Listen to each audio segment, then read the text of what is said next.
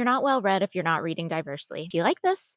Read this. Let's go. Convenience Store Woman and the Woman in the Purple Skirt. These are both novels written by Japanese women translated into English. These are short books you can read in one sitting. They both focus on women who don't necessarily fit into society's expectations. They both ask a lot of questions about what it means to be an unmarried woman and why that's a problem. And they're both a little quirky and weird. If you are interested in reading Sayaka Murata and you don't know where to start, this is the tamest of her novels. Start here. And then if you like it, read The Woman in the Purple Skirt. In the Dream House and When I Hit You. In the Dream House is a memoir, while When I Hit You is a novel. In the Dream House is by a queer Latina woman who tells the story of her own abusive lesbian relationship. She tells it in second person, so you walk into a room, you notice this. It is so present and urgent. It feels like you're reading a horror novel. She uses her work to shine a light on partner abuse in queer relationships, which is a very real issue that isn't discussed enough. Meanwhile, When I Hit You focuses on an Indian couple in a marriage. While it is a novel, it is autofiction, so the author has talked at length about how this is a fictionalized version of what actually happened to her. Both of these books are very intimate. The writing is very vulnerable, and they both make it impossible to ask the question, why didn't you leave? Goodbye Vitamin and Chemistry. Goodbye Vitamin especially is one of my favorite novels. Both of these books are short, both written by Chinese American authors. They both feature Chinese American main characters with immigrant parents. Both of our main characters are young women who are a little bit lost, asking themselves what happens next. But more importantly, these books have a tone of charm and whimsy. They do a really good job of juxtaposing sadder moments with very cute